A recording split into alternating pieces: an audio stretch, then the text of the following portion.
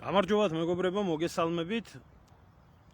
მოკლედ წუხელ ღამე უკვე ყველა მიცის, თელო მსოფლიო მიცის. მოხდა ის, რასაც ალბათ ნორმალურად მოაზროვნე ადამიანების დიდი ნაწილი უკვე დიდი ხანი ელოდა ახლო აღმოსავლეთში. ირან ისრაელის დაპირისპირება, რომელიც ამდენი ხნის მანძილზე მზადდებოდა ხან ერთი მხრიდან, ხან მეორე მხრიდან და წუხელ ღამით ისრაელმა ირანის არა მარტო ბირთვულ ობიექტებზე ძალიან მრავალფეროვანი კომბინირებული შეტევა განახორციელა, უნიკალური ოპერაცია ჩაატარეს. ნამდვილად ეს არ იყო მარტო საავიაციო იერიშები, ეს იყო ადგილზე ჩანერგილი აგენტურის მუშაობა, დაახლოებით ისეთი, როგორიც უკრაინელებმა, უკრაინულმა მხარემ ჩაატარა რუსეთში, ირანის ტერიტორიაზე ჰქონდათ მობილიზირებული უპილოტო საფრენი აპარატები, საიდანაც მოხდა თვითონ შიგნით ირანის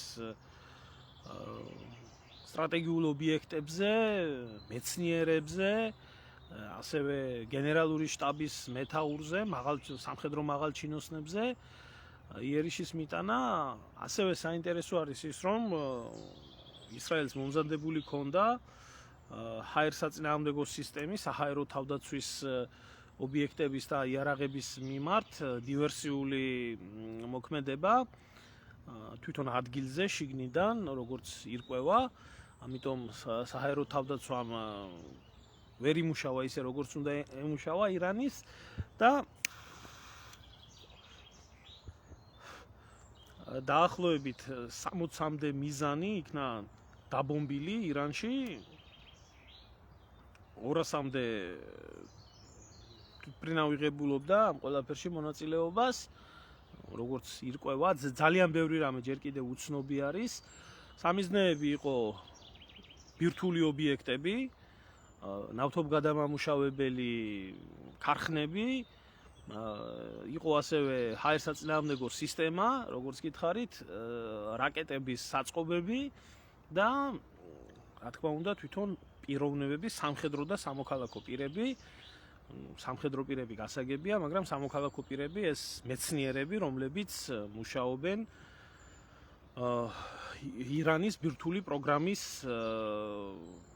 ფარგლებში და ახდენენ ბირთვული იარაღის შექმნას ირანში, როგორც ამტკიცებენ. ახლა არ იყო ეს შეტევა მოულოდნელი, ვინც ახლო აღმოსავლეთს ადევნებდა თვალყურს, უბრალოდ ხშირად ხდება მუქარა ერთი მხრიდან, მეორე მხრიდან და მე ეს ყველაფერი ან ხდება, ან არ ხდება და ასე იყო ამ შემთხვევაშიც. დაახლოებით ერთი კვირის წინ იქნა განცხადებული, რომ ისრაელი აუცილებლად მიიტანდა იერიშს ირანის ობიექტებზე, მით უმეტეს, როდესაც სავარაუდოდ იგეგმებოდა 2 კვირის ვადაში ახალი ბირთვული შეთანხმება გაფორმებულიყო ირანს და ამერიკის შეერთებულ შტატებს შორის. მოკლედ ისრაელმა განაცხადა, რომ ირანს უკვე გააჩნია საკმარისზე მეტი მარაგი ურანის, გამდიდრებული ურანის, რომლის საშუალებითაც შესაძლებელი არის 15 ბირთვული ბომბის შექმნა. 15 ბირთვული ბომბი კი, ისრაელს საერთოდ წაშლის რუკიდან, ამიტომ მათ მიიტანეს პრევენტიული იერიში და პრევენტიული დარტყმა.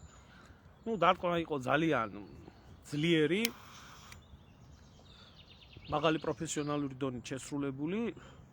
ახლა ებრაელებს ნამდვილად არ ეშლებათ ტექნოლოგიების საკითხი, როგორც არის ავიაცია და მსგავსი ზუსტი წერტილოვანი დარტყმები. ამის დიდი გამოცდილებაც გააჩნიათ ღაზას სექტორი იქნება თუ ახლომახლოს სირიის და ლიბანის მიმართულებაზე, ასე რომ შესრულება როგორც ასეთი იყო უმაღლესი დონის.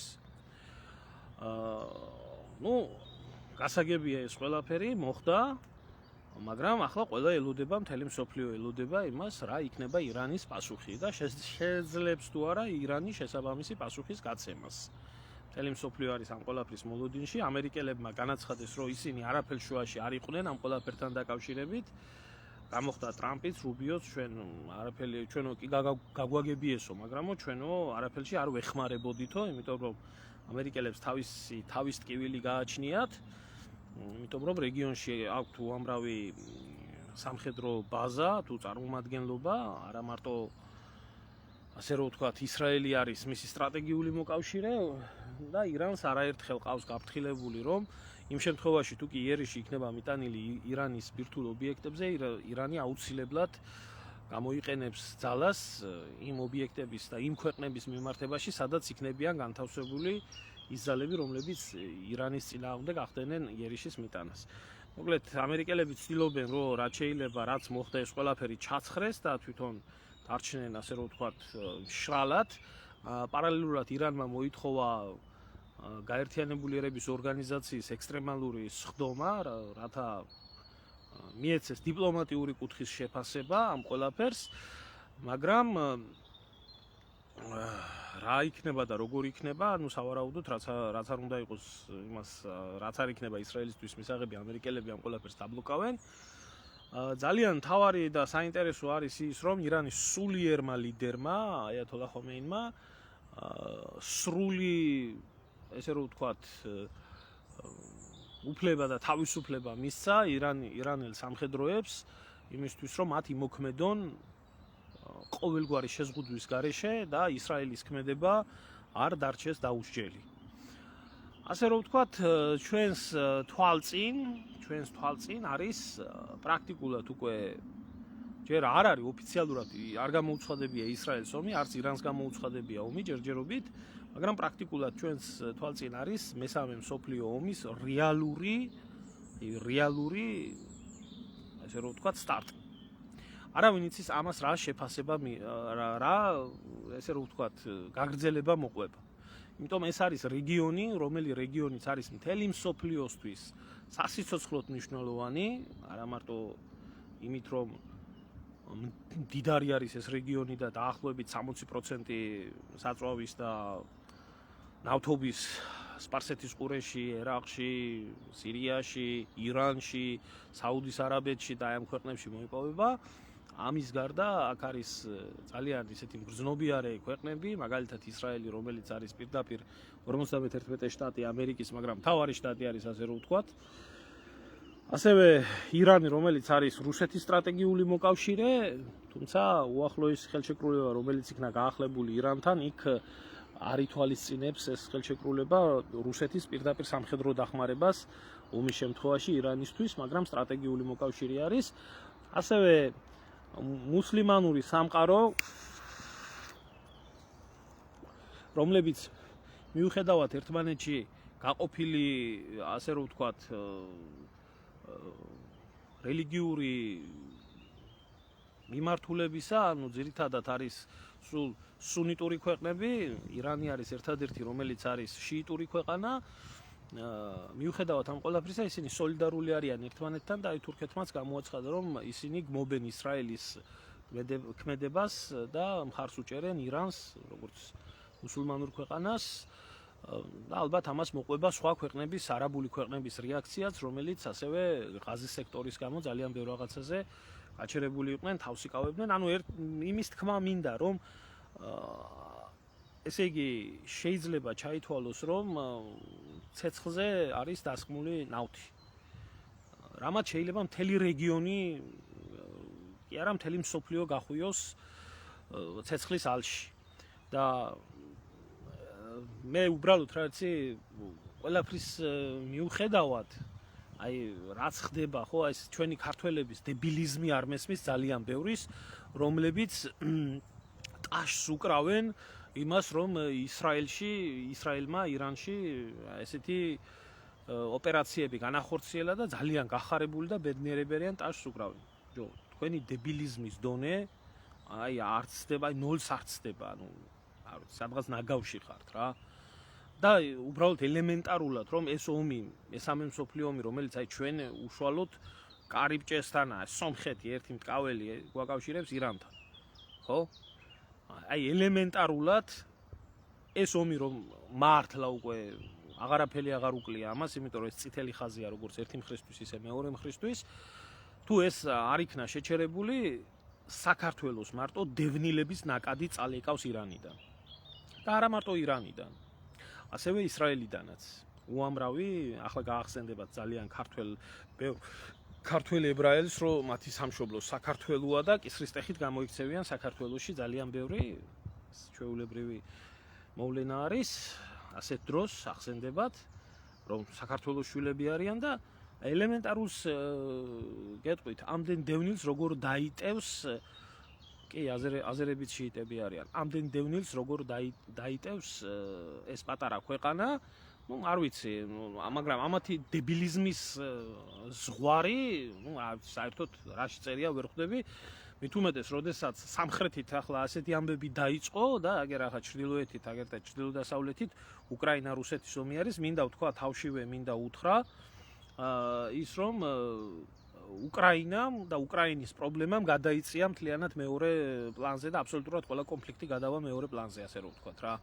იმიტომ რომ ისრაელი არის პრიორიტეტული დასავლეთისთვის, ისრაელი არის პრიორიტეტული შეერთებული შტატებისთვის, ირანი კიდე მუსლიმური სამყარო არის და მუსლიმური სამყაროს გარდა ასევე მოკავშირე არის რუსეთისთვის, ასევე ენერგო რესურსების მიწოდების მხრივ მისი ნავთობის 2/3-ს ჩინეთზე ყიდის, მიუხედავად ამერიკელების სანქციების და უამრავი რაღაცისა, ამიტომ არც აი ძალიან ძნელი არის ახლა იფიქროს ადამიანმა რა შეიძლება ამ ყველაფერს განვითარება მოყვეს.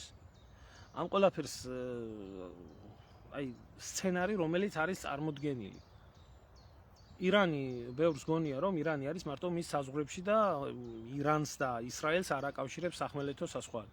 მიუხედავად ამ ყველაფრისა, ირანს გააჩნია ძალიან ძლიერი ეგრეთ წოდებული პროქსი, ანუ გავლენის რეჟიმები ახლო აღმოსავლეთში, ეს პირველ რიგში არის იემენი, რა თქმა უნდა სირიაში შესუსტებულია და ასადის რეჟიმის ჩამოგდების შემდეგ საერთოდ შესუსტდა იქ სიტუაცია, მაგრამ საკმაო გავლენა აქვს სირიაში ირანს დღესაც, მით უმეტეს, როდესაც თურქები სოლიდარულები არიან და საერთოდ მუსლიმური სამყარო სოლიდარულია, ასევე ლიბანში ჰესბოლას ძლიერი დაჯგუფება, რომელიც პირდაპირ არის შიიტური დაჯგუფება და ხარს უჭერს, რა თქმა უნდა, და მებრძოლი არის იმისი, რა ქვია, ირანის, ასევე ერაყში, რომელიც ასევე გავსებული არის ირანის მხარდამჭერებით და არაერთი სამხედრო ბაზები, რომლებიც განთავსებული არის რეგიონში ამერიკული, მათ შორის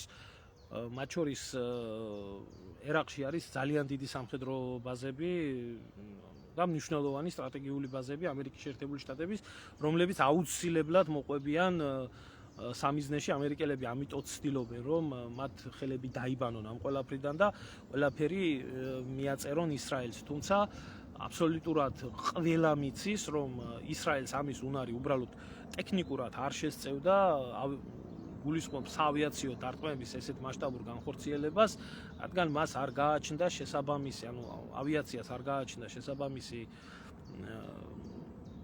ასე რომ ვთქვათ, საწვავით შევსები ავზები, რომლებიც ჰაერში ამ მანძილზე ფრინავდა ამბომბველ და ასე რომ ვთქვათ, უკან დასაბრუნებელი უბრალოდ საწვავი რო შეევსოთ ჰაერში. ნუ რა თქმა უნდა, ბოლო დროს, როდესაც ამერიკელებმა, რომლებმაც გადააიარაღეს ისრაელი, თავისთავად ფაქტია მიაწოდეს სარაკეტო სისტემებთან ერთად მსგავსი საშუალებები და ამიტომ ერთ წუთი რა არ მაინტერესებს რა მე საქართველოზე ვდარდობ და საერთოდ არ მინდა ვინმე ჩამობრძანდეთ, ვინც წახვედით საქართველოდან მაგ და იყავით მაგ ისრაელში რა და მიხედეთ თქვენ თავს. არ მაინტერესებს საერთოდ კისერი გიტეხიათ თქვენ და ირანელებს დაგიხოციათ ერთმანეთი. საერთოდ არ მადარდებს. მე მადარდებს ჩემი ქვეყანა. დიახ, ჩემი ქვეყანა მადარდებს, სულ ფეხებზე მკიდია. სულ ფეხებზე მკიდია ისრაელი და სულ ფეხებზე მკიდია ირანი. არ მაინტერესებს. ისევე როგორც ფეხებზე მკიდია რუსეთი და ამერიკა. კისერი გიტეხიათ ერთი მეორისთვის, ჩემი ერისთვის თქვენ არც ერთი არ ახართ რომელიმე რამეში გამომდგომი ხალხი. ერთი იყო ისტორიული დამპყრობელი იყო და ახსოვს ის სიმწარე, რაც ისტორიულად ჩემ ქვეყანას მოაყენა და თქვენ კიდე ხართ ისტორიულად უმადური ხალხი. რომლებიც 26 საუკუნე ხელის გულზე ცხოვრობდნენ საქართველოში და ერთ წამში დაივიწყეთ ქართველების პატივისცემა ფეხით და კარით წადით და როგორ ექცეოდით და როგორ ექცევით ქართველებს ისრაელში და საქართველოს მიმართ რაც გამოუვლინეთ და როგორც გამოაჩინეთ, აი ასე იმსახურებთ. ამიტომ სულ არ მაინტერესებს, მე მაინტერესებს ჩემი ქვეყანა. მე ვეუბნები ჩემ ხალხს ველაპარაკები და ყველას მოუწოდებ, ვინც ისრაელში არიან ქართველები, დატოვეთ სულ ყველა მაქაობა როგორც შეგიძლიათ რანაირი გზით და დაუბრუნდით სამშობლოს. თუ გინდათ მშვიდობა. რომ დაბრუნდეთ თქვენ ქვეყანაში. ეგ არის. დანარჩენი ისრაელი და ირანი თუ არ გაარკვევს ერთმანეთში საქმეს, სულ ფეხებზე მკიდია. ეს ისე პასუხისთვის რა, რომ გამოხტებით აქ ლამაზი ქართულით დაწერილი ტექსტებით და ძმობის 26 საუკუნეს რო წაიკითხავთ. აი არ მაინტერესებ ხართ საერთოდ რა. იყავით მაგ და არავინ არ ჩამოვიდეს საქართველოში. მიხედეთ თქვენ ქვეყანას. იმიტომ რომ საქართველოს როცა უჭირდა თქვენი გვერდში დგომა მე არ მახსოვს და ქართველებს როცა უჭირდა თქვენი გვერდში დგომა მე არ მახსოვს. ამიტომ თქვენ ჩემთვის არავინ და არაფერი არ ახართ. და მე მაქვს ამის უფლება რომ თქვენ ასე ვიფიქროთ თქვენი საქციელებიდან გამომდინარე მთელი ამ ხნის მანძილზე. ეხლა რაც შეეხება დანარჩენს, დანარჩენი ფაქტია ის რომ აი დღეს შუაღამეს განხორციელებულ იერიშებს უკვე სოფლიო ბაზარზე მოყვა რა თქმა უნდა ნავთობის გაძვირება, რა თქმა უნდა ეკონომიკური ძვრები მოყვება ამ ყველაფერს. ვინ იხეირებს ამ ყველაფრიდან ყველასთვის გასაგები არის, იხეირებენ ზუსტად ის ქვეყნები, რომელი ქვეყნებიც მთელი თავისი არსებობის მანძილზე თავიანთ ეკონომიკას ახანგრძლივებდნენ და ასაზრდოებდნენ და იკვებებოდნენ ენერგორესურსებით. ესეთი ქვეყანა არის ერთ-ერთი რუსეთი არის, ამიტომ ნაწილობრივ რუსეთის ინტერესებშიც არის რა თქმა უნდა ნავთობის ბაზის გაძვირება, მით უმეტეს სანქციებიდან გამომდინარე, აქედან გამომდინარე, იქედან გამომდინარე ძალიან ბევრ რაღაცაში ვენესუელა რა თქმა უნდა იხეირებს ამ ყველაფრიდან და ძალიან ბევრი ქვეყანა იხეირებს. და ირანს რაც შეეხება, ხო შეუძლია მიიტანოს იერიშები არა მარტო ისრაელის მიმართულებით. ირანი აუცილებლად მიიტანს იერიშებს იგივე თავიანთი პროქსის მეშვეობით ბაბელმანდების ყურეში და არაერთხელ აკეთებდნენ ამას ჰუსიტები, იგივე სპარსეთის ყურეში შეუძლია აქ შესაძლებლობა გადაკეთოს ორმუზის სრუტე და გამოცხადეს ეს ყველაფერი საომარ ზონად. აქედან გამომდინარე კარგი არაფერი არაა მოსალოდნელი. კარგი არაფერი არაა მოსალოდნელი და ურჩევ მე ჩვენს ეგრეთ წოდებულ პოლიტიკანებს, რომლის ენასაც ძვალი არ გააჩნიათ, ენა ჩაიგდონ მუცელში და მიხედონ მის ქვეყანას და მიხედონ მის ხალხს. არც ერთი ქვეყანა და არც მეორე ქვეყანა ჩვენთვის არაფერს არ წარმოადგენს. ქართველი ერისთვის ესენი არიან ჩვეულებრივად უცხო ხალხი. უცხო ხალხი, რომელთანაც არანაირი შეხება არ გქონია და კიდე ერთი რაღაცა, საქართველოს ტერიტორიაზე არის მოსალოდნელი ძალიან ცუდი ამბები. თუ კი საქართველოს ტერიტორიაზე იქნება ირანელი დევნილების ნაკადები, ასევე ისრაელის ნაკადები, აქ შეიძლება განხორციელდეს საქართველოში ესა რა ქვია, განხორციელდეს ყველაფერი უბედურება, რომელი უბედურებად შეიძლება ხდებოდეს სხვაგან. ამიტომ საქართველოს იქნას გამოყენებული როგორც ტერორისტული აქტებისთვის და ძალიან ცუდად, სხვათა შორის ძალიან ცუდად მეჩვენება ბევრ რაღაცასთან ერთად ამერიკის ელჩის აქედან ახვევა. იმიტომ რომ ძალიან ბევრი ელჩი რეგიონიდან გაიყვანა შეერთებულმა შტატებმა. ძალიან არა მარტო საქართველოსდან, ახლობით ამ ორი კვირის მანძილზე სხვა ქვეყნებიდან დიპლომატიური წარმომადგენლობები გაიყვანა და თავიანთ მოქალაქეებს მოუწოდა რომ გასულიყვნენ. შეიძლება საქართველოში ზუსტად მაგ მიზნით გაიყვანა თავისი ელჩი და გაიყვანს თავიანთ ემას რა ქვია წარმომადგენლობას იმ მიზნით რომ საქართველოში შეიძლება რაღაცა დიდი უბედურება იგეგმებოდეს. და საერთოდ დაგრჩებათ გვერდზე ნაცი, კოცი, არჩევნები და ისა რა ქვია Facebook-ის ისა რა ქვია პოსტების კონტროლი და ასე შემდეგ. ეს არის უზარმაზარი გეოპოლიტიკური ძვრები. და ვიღაცებს უკვე გონია წარმოუდგენიათ ის რომ აი ირანის ისა რა ქვია უკვე დამთავრებული არის, ირანი გაფარჩაკებული არის და ასე შემდეგ. ჯერ წარმოუდგენა არა აქვს გონებაში რომ ბირთვულ ობიექტებზე ყველაზე იერიში არ მიტანილა, იმიტომ არ მიტანილა რომ ძალიან ბევრი ობიექტი რომლებიც ირანს გააჩნია არის მის სიღრმეში, მათ შორის ბუშერას ადგურებზე ჯერჯერობით არცერთ არ წამიკითხია, რომ იყო რაიმე იერიში მიტანილი, რომელიც ბირთვული სადგური არის რუსულ-ირანული ელექტროენერგიის და სხვა ბევრი რაღაცა. არ არის გამორიცხული, გავრცელებულია ინფორმაცია იმის შესახებ, რომ ირანმა უკვე ჩაატარა სატესტო გამოცდა და ამას მოყვა ისრაელის იერიშის მიტანა, მიწისქვეშა აფეთქება ბირთვული იარაღის და ეს გახდა მიზეზი იმისი, რომ რა ქვია, უკვე იერიში დაიწყეს. არავინ არ იცის, შეიძლება ირანს უკვე დამზადებულიც აქვს ეს ბირთვული ქობინები, ასე რომ სოფლიო დგას ნაღდად მესამე მსოფლიო ომის წინაშე.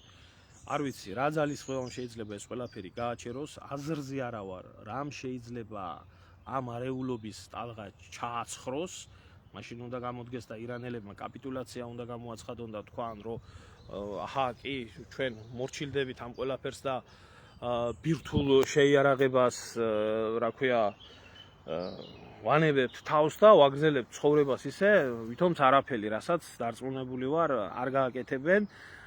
ისევე როგორც ისრაელი არ შეწყვეტს არც მომავალში თავდასხმებს ირანის ტერიტორიაზე. ახლა ტექნიკურად რა საშუალებები არის და როგორი საშუალებები არის, არ ვიცი თუ არის ეს ხალხისთვის საინტერესო და შემიძლია რაღაცეებში ჩემი აზრი გამოვხატო, თუმცა ამ ომშიც ძალიან ბევრი ახალი იარაღი იქნება გამოყენებული, იქნება გამოცდილი და არავინ იცის ისიც, რომ ჯერ ამ ბირთვულ ობიექტებზე მიტანილი იერიშებიდან თუ კი მოხდა რადიაციის გაჟონვა, ვინმეს შორს ხო არ გონია, კიდე ერთხელ ხაზს უსვამ, შორს ხო არ გონია ირანი საქართველოსთან. გაჟონილი რადიაციული აქტივობები საწავა, როგორ წამოვა ჩერნობილიდან ჩამოაღწია საქართველოში და იქიდან რას უზამს საკაობას. ასე რომ ძალიან რთული პერიოდია და მხოლოდ და მხოლოდ დებილს შეუძლია ამით გაიხაროს. მხოლოდ და მხოლოდ არანორმალურს შეიძლება უხაროდეს ის, რაც ხდება. ეს ახლა ძალიან ბლანტიარი ინფორმაცია მთელი მსოფლიოს მასშტაბით ჯერჯერობით. საინფორმაციო ომი მიყვება ამას პარალელურად და ერთი მხარე და მეორე მხარე ტვინის ასარევად და თავიანთი მხრის გასაძლიერებლად უნდა ავრცელებს ამ ინფორმაციებს. აქედან გამომდინარე, ყველა ინფორმაციას უნდა ეყრდნობით არც აი ტელეგრამ არხებზე სხვადასხვა ურთიერთგამომრიცხავი რადიკალურად განსხვავებული ინფორმაციები მეც სანამ ახლა წვრთელი ღამე მოხდა და მის მერე ვაკვირდებოდი ამ ყველაფერს, რომ რა ხდებოდა და როგორ ხდებოდა ეს ყველაფერი და რა ვიცი, ეს დასკვნა და ეს ანალიზი მაქვს გამოტანილი. მეტი ჯერჯერობით ზუსტი, ასე რომ ვთქვათ, სადღაც 50 ადამიანამდე არის დაღუპული, როგორც ამბობენ და არ ვიცი, ეს საერთოდ გასაგებია სამხედრო ობიექტები, მაგრამ როდესაც იერიში მიდის სამოქალაქო ობიექტებზე და მათ შორის ეს პირები იმყოფებოდნენ საკუთარ სახლში და საცხოვრებელი რაიონები იქნა დაბომბილი, ამას სახელმწიფო ტერორიზმის კვალიფიკაციას ანიჭებენ საერთოდ ასეთ შემთხვევაში, რასაც ირანი მოითხოვს, რომ ისრაელი როგორც ასეთი იქნას სახელმწიფო ტერორისტად გამოცხადებული. ისრაელი რეგიონში ყველას ყელში აქვს ამოსული, როგორც იცით, თავისი ღაზას სექტორში მიმდინარე მოვლენებიდან გამომდინარე, არინდობს არც ქალს, არც ბავშვს, არც დიდს, არც პატარას. 1000 მსხვერპლია და პირდაპირ კონფრონტაციაზე წასვლას ვერავინ ვერ ბედავდა, მაგრამ როდესაც ირანი ჩაერთვება უშუალოდ ბრძოლაში, აი ამ შემთხვევაში უკვე ალბათ ყველა წამოწევს მერე თავს. გამოაცხადეს თვითონ ისრაელშიც, რომ ქვეყნის საჰაერო სივრცე იხურება, წყდება ყველანაირი აქტივობები, ბრძოლა იქნება ხანგრძლივი, იწყება რეზერვისტების გაწვევა და თვითონ ომის მინისტრი, ვინც არის ეს კაცი, ეგეთი გვარით არის, აცხადებს, რომ ჩვენც გვექნება დანაკარგები, მაგრამ რა ვქნათ, მეტი გზა არ აგვაქვს დარჩენილი, აქედან გამომდინარე, ჩვენ უნდა ვიმოქმედოთ ისე, რომ ვიომებთ იმდენ ხანს, რამდენი ხანიც იქნება საჭირო ირანის ბირთვული ობიექტების გასანადგურებლად და საფრთხის გასანადგურებლად. აი ახლა ამას რა მოყვება და როგორ მოყვება, ეს უკვე არ ვიცი, ისტორიის საკითხი არის და მომავლის საკითხი. თუ ვინმეს რაიმე კითხვა გაგაჩნიათ, დამისვით და ვეცდები გაგცეთ პასუხი. იმიტომ რომ აქ ცალმხრივად შეხედულება ამ ყველაფრის ორივე მხრიდან შეიძლება, მაგრამ არ არის ეგრე, რომ სამგლეთი დაიქცა იმით, რაც ისრაელმა ჩაიდინა. პირიქით, ამ ყველაფერს აუცილებლად მოყვება პასუხი და რა იქნება პასუხი მეორე მხრიდან და რა იქნება შემდეგ ისრაელიდან და ან გადავა ეს ყველაფერი პირდაპირ ომში, ან დიდი ალბათობით თუ კი ყველაზე იდეალური გამოსავალი იქნება, რომ ორივე მხარეს როგორც აქამდე ხდებოდა, ერთი მხრიდან მეორე მხრის დაბომბვა და მეორე მხრიდან პირველი მხრის დაბომბვა და შემდეგ შეჩერება და მშვიდობის გაგრძელება ეს თუ მოხერხდება, თუმცა ნაკლებად სავარაუდოა, იმიტომ რომ ეს წითელი ხაზი არის უკვე ბირთვული ობიექტები არის და ბირთვულ ობიექტებზე იერიშის მიტანას არავის არ აპატიებს. რადგან ის ბუშერას სადგური სიტყვაზე ვამბობ და იქნება თუ სხვა სადგური იქნება რომ აფეთქდეს, ეს უკვე ატომურ ბომბზე მეტი საშიში არის ადგილობრივი მოსახლეობისთვის და ეს არის აბსოლუტურად ყველანაირი წითელი ხაზის მიერ ხაზის გადასმა ყველაფერზე და მოქმედება ისე როგორც უნდა. ამერიკელები ცდილობენ რომ ამ საქმიდან იქნან დაზღვეულები, იმიტომ რომ მათი სამხედრო ბაზები ჩვეულებრივად ექცევა უშუალოდ ირანის სარაკეტო სამიზნეებში, ჰიპერბგერით რაკეტებში, რომელთა შეკავება ჯერჯერობით. ყოველ შემთხვევაში, როგორც აღმოჩნდა წინაზე, ირანმა როდესაც გამოიყენა ბალისტიკური რაკეტები და ჰიპერბგერითი რაკეტები, ასევე დრონები შეძლეს მათ ისრაელის რკინის გუმბათის გადალახვა. ასე რომ მოსალოდნელი ამ ყველაფერს წინ ძალიან ბევრი რაღაცა აქვს. რატომ დაარტყა ქალბატონო ისრაელმა ირანს ამდენი ხანი ამაზე მიდის საუბარი, რომ ირანი ახდენს ურანის გამდიდრებას, რომელიც ბირთვული იარაღის შექმნისთვის არის აუცილებელი. ამიტომ ჩათვალეს ისრაელის დაზვერვამ ჩათვალა, რომ ირანს აქვს უკვე იმ დონის გამდიდრებული ბირთვული ქობინები, რომ მათ შეუძლია 15 ბირთვული რაკეტა შექმნან. ტაქტიკური ბომბი და 15 ტაქტიკური ბომბი ისრაელს საერთოდ წაშლის რუკიდან გამოყენება რომ მოხდეს და ისინი ამბობენ, რომ თუ ეს ირანმა გამოიყენა, ჩვენ აღარ დაურჩებით და არ ვიცი. რა იქნება, რას თვლიან, როგორ თვლიან, მაგრამ ისინი ამბობენ, რომ ბირთვული ირანი ეს არის ისრაელის ეგზისტენციალური საფრთხე. აი ამიტომ გამოიყენა. რა თქმა უნდა, ახლა ამ მომენტისთვის, რო ვთქვათ, მესამე მსოფლიო ომის დასაწყისია, მეტი რა უნდა მოხდეს ახლა, რამაც შეიძლება მესამე მსოფლიო ომი გამოიწვიოს. მეტი რა უნდა მოხდეს.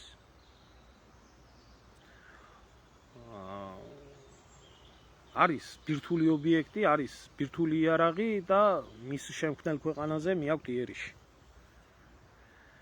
არის ნავთობით მდიდარი და ეკონომიკის თვალსაზრისით სასიცოცხლოდ მნიშვნელოვანი რეგიონი და ამ რეგიონში ომი და უბედურება გამოიწვევს თავიდან ბოლომდე მთელი მსოფლიოს ეკონომიკების ჩამოშლას, რომელიც ამ რეგიონზე არის მიბმული. გამოიწვევს ბევრი ქვეყნის ეკონომიკის განადგურებას, ბევრი კომპანიის გაკოტრებას და საერთოდ აი მეტი მიზეზი რა უნდა არსებობდეს იმისთვის, რომ მესამე მსოფლიო ომი დაიწყოს, ისიც ახლო აღმოსავლეთში, სადაც დღე არ გავა, რომ სროლა არ იყოს და მკვლელობა არ იყოს და უბედურება არ იყოს. რა თქმა უნდა, იდეალური მომენტი არის. მით უმეტეს, როდესაც დიდი ქვეყნები, იგივე ნატოს წევრი ქვეყნები და რუსეთი დაკავებულია იყვნენ მთელი ამ ხნის მანძილზე უკრაინის ომით და პრაქტიკულად ნატო-რუსეთის ომი მიმდინარეობს უკრაინის ტერიტორიაზე. ამ დროს მეორე მხარეს გაჩენილი მეტი სივრცე, მეტი თავისუფლება ერთი მხრის და მეორე მხრისთვის თავისთავად უფრო მანევრის საშუალებას იძლევა და ახლა აღმოჩნდება ის, რომ უკრაინას კიდე შეიძლება მიემატოს ახლო აღმოსავლეთი, ოღონდ დიდი მასშტაბით. დიდი მასშტაბით ეს იქნება ისრაელს იქნება 360 გრადუსით. ყველანაირი მხრიდან იქნება შეტევა და არ ვიცი, როგორ მოახერხებენ თავის დაცვას, ალბათ იფიქრებენ და ნაფიქრიც ეკნებათ თავის თავს. იმიტომ რომ არ არსებობს რეგიონში არც ერთი სახელმწიფო, რომელსაც უბრალოდ ისრაელის როგორც სახელმწიფოს ზოგი საერთოდ არ აღიარებს და ზოგიერთ საერთოდ არსებობა არ უნდა ამ ქვეყნის იქ. არც ერთ მის მეზობელს. ყველას აქვს ნაუმარი ამ ქვეყანასთან და ყველას აქვს ძიმე წარსული. ამიტომ კარგად იციან ეს ებრაელებმა და იციან ის რომ რეგიონში მათ მოკეთი არ აყავთ. ქართველებიდან განსხვავებით სხვათა შორის. ქართველებიდან განსხვავებით, რომლებსაც ყველა ძმა და მეგობარი გონია, ვინც გაგვიღიმებს და ვინც გვეტყვის, კაი ხართ. მე ვფიქრობ, რომ აღარ გაჩერდება, იმიტომ რომ ეს ძალიან დიდი მასშტაბი არის. ძალიან დიდი მასშტაბი არის როგორც სამხედრო თვალსაზრისით, სამოქალაქო თვალსაზრისით, ასევე იმიჯზე ზედმეტი არის უკვე საუბარი ირანზე, როგორც სახელმწიფოზე, როგორც იმიჯზე და იმიჯს ვინღაჩივა, რისთვისაც ეს სახელმწიფო იბრძოდა და ქმნიდა ბირთვული იარაღს. როდესაც იძახიან, რომ რატო ქმნის ბირთვული იარაღს, როგორ ქმნის ბირთვული იარაღს, არც ისრაელისთვის მიუწია არავის ბირთვული ბომბის ქონის უფლება. არავის არ მიუწია ისრაელისთვის, რომელსაც გააჩნია სადღაც თუ არ ვცდები 50-მდე ატომური ბომბი. არავის მიუწია ისრაელისთვის, რომ ისრაელს შეექმნა ან ქონოდა ბირთვული ბომბი. არც პაკისტანისთვის მიუწია არავის უფლება, რომ შეექმნა მას ბირთვული ბომბი. არც ინდოეთისთვის მიუწია ვინმეს უფლება, რომ შეექმნა ბირთვული ბომბი. არც ჩრდილო კორეისთვის მიუწია არავის უფლება შეექმნა ბირთვული ბომბი. მაგრამ ამ ქვეყნებმა ზოგმა შექმნილი ისრაელმა მაგალითად შექმნილი დაითრია და აქ მის ტერიტორიაზე და ესა რა ქვია ინდოეთმა, პაკისტანმა და ჩრდილო კორეამ მიუხედავად ყველანაირი შეზღუდვისა მაინც შექმნეს. ამიტომ ირანელები თვლიან, რა სხვას თუ შეუძლია შექმნა, თვითონ რატო არ უნდა კონდეთ. ამხელა ისტორიის, ამხელა ძალაუფლების და ამხელა სამეცნიერო პოტენციალის ქვეყანას. აი ამაში არის საქმე, რომ ვიღაცას აქვს უფლება კონდეს და ვიღაცას არ აქვს უფლება რომ კონდეს. ამას ემსახურებოდა ირანის თვითონ როგორც სახელმწიფოს იდეოლოგია, რომ ყოფილიყო ერთადერთი შიიტური სახელმწიფო და ყოფილიყო კბილებამდე შეიარაღებული და გარანტირებული დაცვის უფლებით. ბირთვული იარაღის შემთხვევაში ირანზე თავდასხმას ვერავინ ვერასდროს ვერ გაბედავდა. აი ამაში არის საქმე. რა ვიცი, თუ ვინმეს რაიმე კითხვა გაგაჩნიათ, კიდე დამისვით და ვნახოთ აბა როგორ განვითარდება მოვლენები, დანარჩენს თქვენთან ერთად მეც ვადევნებ თვალყურს და გვექნება საუბარი. ქართველებს გველოდება საფრთხე, თუ რომელიმე ქვეყნის მხარეს დავიჭერთ. ეს ერთი. ეს ამ შემთხვევაში გველოდება ძალიან საშიშად გვექნება საქმე. ისრაელის მხარეს დავიჭერთ და ისრაელს დაუწყებს თავზე ხელის გადასრობას და შეინჭირიმე შენგენაცვალე ირანიდან იქნება საფრთხე, ირანის მხარეს დავიჭერთ და ისრაელიდან გვექნება საფრთხე. ასე რომ არც ერთი და არც მეორე ჩვენი საქმე არაა, ყველანი მიუხედავად ჩვენ საქმეს 1000 პრობლემა გვაქვს. მაგრამ ყველაზე დიდი პრობლემა საქართველოს მაინც იქედან გამომდინარე ემუქრება, რომ დევნილთა ნაკადები წალეკავს რეგიონს. ამაზე ანალიტიკოსები საუბრობდნენ. აი ჟირინოვსკის რო ყველა ლანძღავდა და აგინებდა და აფურთხებდა და დებილია და შტერია და ერთ-ერთი ყველაზე ჭკვიანი ადამიანი იყო იმ რუსულ პოლიტიკაში, რომელსაც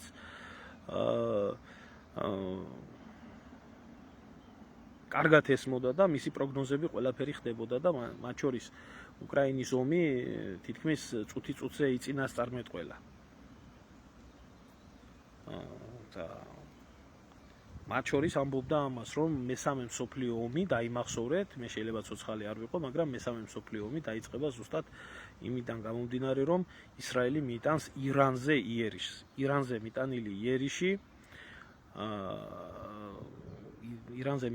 იერიში, იმიტომ რომ ისრაელს ეშინია ირანის გაძლიერების, ნიშნავს ისრაელის განადგურებას, იმიტომ რომ მარტო მოკავშირეების გარეშე დარჩენილი პატარა ქვეყანა ვერ შეძლებს თავის დაცვას. როდესაც ყველა მტერი ყავს და ეს იქნება მესამე მსოფლიო ომი. ერმილე ყატარ-საუდის არაბეთს რა პოზიცია უჭირავთ? ყატარს და საუდის არაბეთს უჭირავთ ჯერჯერობით მშვიდობის მაძიებლის პოზიცია, არც ერთ მხარეს არ იკავებენ, ახლა ყატარი კიდე უფრო იმათ საუდის არაბეთში განსაკუთრებით ამერიკული სამხედრო ბაზებია და სამიზნეებში თან ირანის ისტორიული მოწინააღმდეგე არის, მაგრამ ჯერჯერობით მშვიდობიანი უჭირავთ, იმიტომ რომ ყველა მიცის, რომ ირანს შეუძლია ყველას ძალიან დიდი ტკივილი მიაყენოს. ეროვნული ამგენელების განადგურება რამდენად ასუსტებს ირანის თავდაცვის უნარიანობას. Რა თქმა უნდა, ჩოგო ასუსტებს კი არა, ძალიან მაგრად ასუსტებს, იმიტომ რომ ეს ადამიანები არიან, რომლებმაც შექმნეს, ააწყვეს, ჩამოაყალიბეს თავიდან ბოლომდე აქ როგორ აიცი, ერთი გენშტაბის ირანში ცოტა სხვანაირადაა, ხო არის ერთი ჩვეულებრივი არმია, გენშტაბი. და არის მეორე გუშაკთა რევოლუციის გუშაკთა კორპუსი. ესეც ასევე შეიარაღებული ძალა არის, ჩვეულებრივად ჩათვალეთ, რომ მეორე არმია არის ქვეყანაში, რომელსაც ხელები აქვს გახსნილი ამ პროქსი ომებზე, იმასაც ყავდა მეთაური, ჩათვალეთ, ორი არმიას, ორივე გენშტაბის მეთაური მოუკლეს. აქედან გამომდინარე ძალიან სხვა უკაცრავად. ერთი დღით ადრე საუბრობდა გენერალური შტაბის უფროსი გუშაკთა რევოლუციის კორპუსის, რომ ჩვენ უახლოეს მომავალში გვექნება ძალიან დაძაბული და შეჯახებები ისრაელთან და მეორე დღეს უკვე დაბომბვა შეეწირა. წამი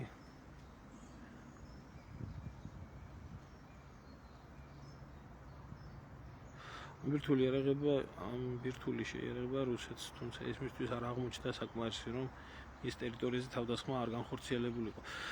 გია რა თქმა უნდა, ახლა მაგაზე არ ვდაობ მეც, მაგრამ გარანტიას არ იძლევა ბირთვული იარაღის ქონა საიმისოთ, რომ თავს არ დაგესხმებიან, იგივე ისრაელ-პაკისტანის შემთხვევაში იყოს, იგივე ფოლკლენდის კუნძულებზე იყოს, ბრიტანეთს მაინც დაესხა, ხო, არგენტინა. და უამრავი ასეთი რაღაცა, ხო, იგივე საფრანგეთის კოლონიებში რამდენი რამე მომხდარა და რა თქმა უნდა 100%-იან გარანტიანს არ იძლევა ეს რა ქვია და აგერ რუსეთიც იარაღის ბირთვული იარაღის საერთოდ ყველაზე დიდი ქვეყანა არის და რასაც მოუხდა ომის წარმოება, მაგრამ ყოველ შემთხვევაში ბირთვული იარაღის ქონა ამცირებს, ძალიან ამცირებს სურველებს, ვინაც შეიძლება პირდაპირ თავს დაესხან, ხო? ასეთ შემთხვევაში რუსეთსაც ახლა როდესაც დასავლეთი ეომება, მისი ხელით არ ეომება. ყავს სამაგისო კანტევების ვაცი გამოყვანილი აგერ ის უკრაინა. და უკრაინის ხელით ეომება, ხო? თვითონ არ ეომება. ახლა რო არ კონდეს რუსეთს ბირთვული იარაღი, დიდი ხნის წინ გადაუვლიდნენ და გადმოუვლიდნენ. ეგა. საერთოდ სისუსტე, ნებისმიერი ქვეყნის სისუსტე იზიდავს აგრესიას, ეს ეგრე არის. სხვათა შორის აქამდე მისვლა ამ საქმის მისვლა ეს არის ტრამპის ლომის წვლილი. ტრამპის ლომის წვლილი არის ეს ყველაფერი, იმიტომ რომ ტრამპმა თავისი პირველი პრეზიდენტობის პერიოდში გამოაცხადა, რომ ის წვეთს ირანთან დადებულ ხელშეკრულებას, რომელიც ასტაბილიზირებდა ურანის გამდიდრების, იმას რა ქვია, ინდექსს. იყვნენ ადგილზე მაგატეს სპეციალისტები, რომლებიც აკონტროლებდნენ რაოდენობას გამდიდრებული ურანისას და იმისთვის, რომ ირანს მშვიდობიანი მიზნებისთვის გამოეყენებია ეს ურანი, ამისთვის ძალიან მნიშვნელოვანი იყო მათი ყოფნა იქ და ვერ ახერხებდა ირანი ამ შემთხვევაში გამდიდრებული ურანის წარმოებას. მას შემდეგ, როდესაც გაწყვიტა ტრამპმა ხელშეკრულება თავისი წინა პრეზიდენტობის დროს ირანთან, ირანმა ჩათვალა, რომ ის მოატყუეს და დაიწყო მან ურანის გამდიდრება. დაიწყო ურანის გამდიდრება მთელი ამ, რა ქვია, ყრუალა ჯოს პერიოდში ირანმა უკვე მიაღწია დიდ შედეგებს და ახლა მოინდომა ტრამპმა ხელახალი ხელშეკრულების გაფორმება. ირანის მხარემ ჩათვალა თავი, რომ ის იყო მოტყუებული და არ ენდობოდა არც ერთ მხარეს, აქედან გამომდინარე, მათ მიაღწიეს შედეგს იმასთან დაკავშირებით, რომ ქონოდათ მათ ბირთვული იარაღის შესაქმნელად უკვე საკმარისი რაოდენობა ურანის. ეს პირველი შემთხვევა არაა სხვათა შორის, როდესაც ირანის ბირთვული რეაქტორების შეჩერებას ცდილობდნენ, ცდილობდნენ ყველანაირი ძალით. მათ შორის ცდილობდნენ კომპიუტერული ვირუსით. 2009 წელს კომპიუტერულმა ვირუსმა, სტაქსნეტმა წყობრიდან გამოიყვარა ბუშერას სადგურები და დაახლოებით 10 წლით უკან დახია ირანის ბირთვული პროგრამა. ეს იყო ამერიკულ-ისრაელური ვირუსი, რომელიც მოხვდა ირანის ბირთვულ ობიექტებზე და მოახდინა ცენტროფუგების განადგურება. ქალბატონო, ყველას თავისი აზრი აქვს და ყველას თავისი შეხედულება აქვს. თუ ჩემი აზრი არის, ასეთი ჩემებიც არიან მეგობრები, ახლობლები ისრაელში და ყველას მოუწოდებ და ვეუბნები, რომ აუცილებლად დატოვონ იქაობა, იმიტომ რომ არ ღირს ნამდვილად სიცოცხლის საფრთხეთ, რაც შეიძლება ამ ყველაფერს მოყვეს და ახლა ნამდვილად არ ვიცი სიმართლე გითხრათ თითოეული ადამიანის გაჭირვების საკითხი, იმიტომ რომ გადახვეწილი არის ხალხი, საკუთარი ოჯახი რო არჩინონ და არ მინდა რომ მე ვინმეს მოუწოდო, მერე დალაგდეს სიტუაცია და გაუგონე და რაღაც ამოვედიო წესით და რიგით, არ არის ეს ის ადგილი, რომელ ადგილზე შეიძლება ახლა უსაფრთხოდ გრძნობდეს თავს ადამიანი.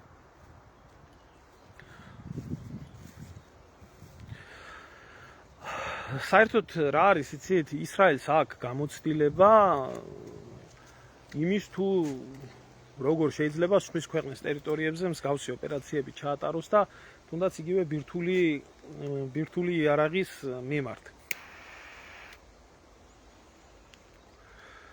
არ მახსოვს ზუსტად რომელი წელი იყო, სადამ ჰუსეინის პერიოდის ერაყი იყო, 70-იანი წლები იყო მე მგონი, როდესაც სადამ ჰუსეინი აპირებდა ერაყში ბირთვული რეაქტორის აშენებას და ბირთვული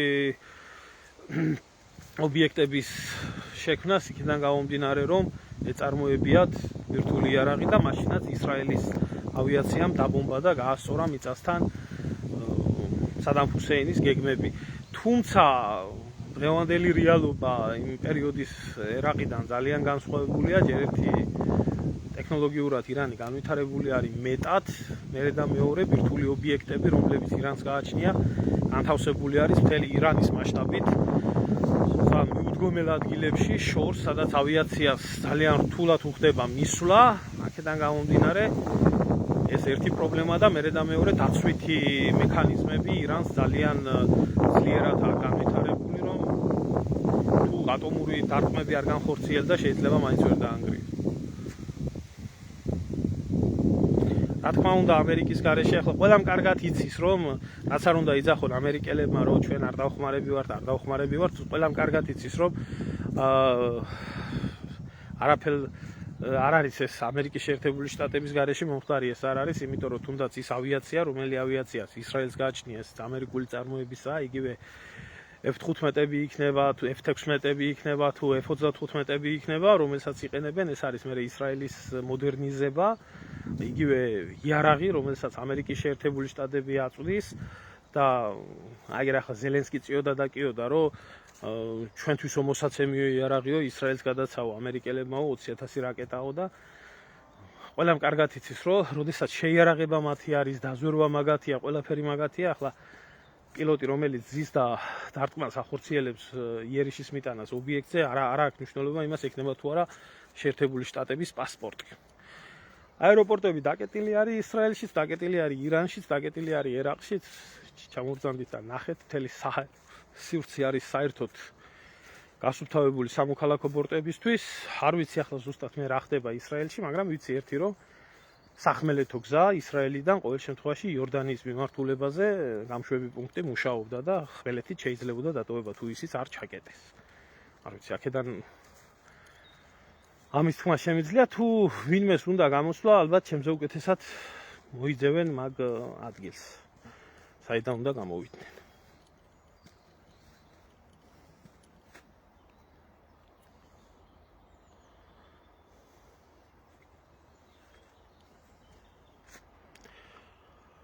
არ ვიცი თუ რამე კითხვა არის დარჩენილი.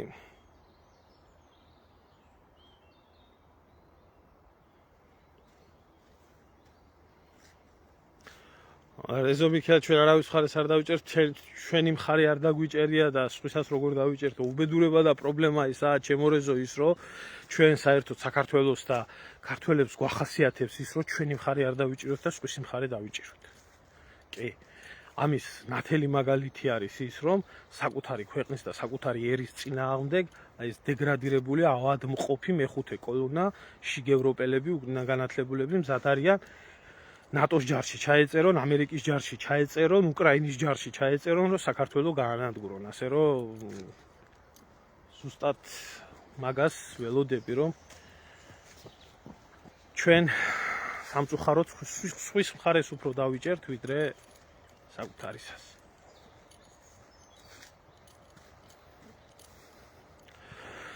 სახმელეთო ოპერაციას რაც შეეხება, აი დავითი ამბობს სახმელეთო ოპერაციას რაც შეეხება, სახმელეთო ოპერაცია ისრაელის მხრიდან ეს არის წარმოუდგენელი სიტუაცია, იმიტომ რომ ისრაელს არც ადამიანური და არც ტექნიკური რესურსი არ ეყოფა, შეიჭრეს ირანში, გადაკვეთოს იორდანია, ერაყი, სირია და ტანკებით და იმით შევიდნენ იმაში, რა ქვია, ირანში, იმიტომ რომ ამ ომის წარმოებას ძალიან ძლიერი ზურგი ჭირდება, რომ იქამდე მივიდნენ, ამას ისრაელი ვერანაირად ვერ გაწდება, ვერც ადამიანური და ვერც სამხედრო და ვერც ეკონომიკური რესურსით, ვერც ტექნიკური რესურსით ვერანაირად ვერ გაწდება, ამიტომ ასეთ შემთხვევაში საფიქრებელია უფრო ირანი თუ დაიწყებს სამხედრო სახმელეთო ოპერაციას, ქვეით ოპერაციას, ნამდვილად არ გამიკვირდება, ასეთ შემთხვევაში იქნება ალბათ გამოყენებული ყველა ის პროქსი ძალა ერაყის, სირიის და ლიბანის ტერიტორია, საიდანაც იქნება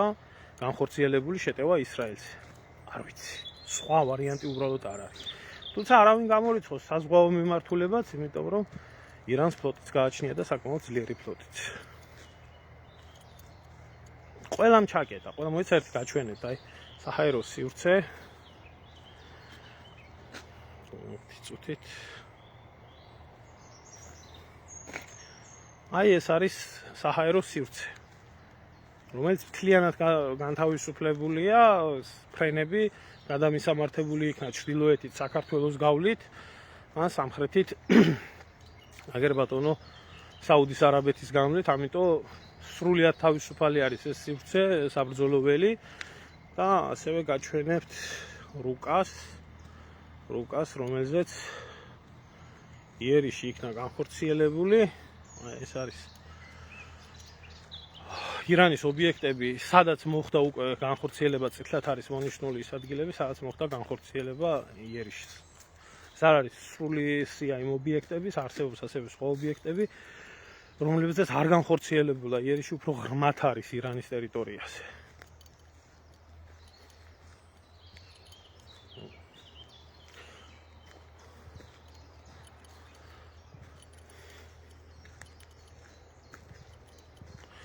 მე ვთქვი ამ ყველაფერთან დაკავშირებით, ალბათ თქვენ გვიან შემომიერთით, რა რჩევა უნდა მივცე, რომ ეს არ არის ჩვენი საქმე და ვისურვებდით მშვიდობას ორივე მხარეს შორის.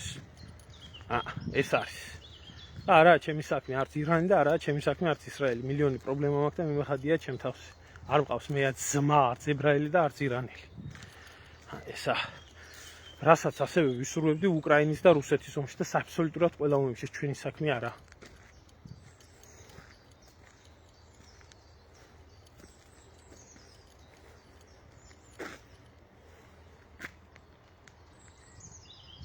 არაერთი ადამიანი ამბობს სხვათა შორის ქართველი ებრაელების ასეთ არასწორქმედებაზე ქართველების მიმართ ისრაელში, როგორც ექცევიან ქართველებს. ეს არ ახალი არის, ნამდვილად გამიგია ბევრჯერ და ბევრი უსვობს ხაზს ზუსტად, რომ სხვა ებრაელები და ადგილობრივი ებრაელები უფრო დადებითად და თბილად გვექცევიან, ვიდრე ქართველი ებრაელები ისრაელში. საქართველოში არ არის საშიში, ყოველ შემთხვევაში ჯერჯერობით. მოკლედ ეს სიტუაცია არის დანარჩენი, როგორც იქნება, ივადევნოთ თვალე მოვლენების განვითარებას და ვნახოთ რა იქნება. დიდი მადლობა ყველას ყურადღებისთვის.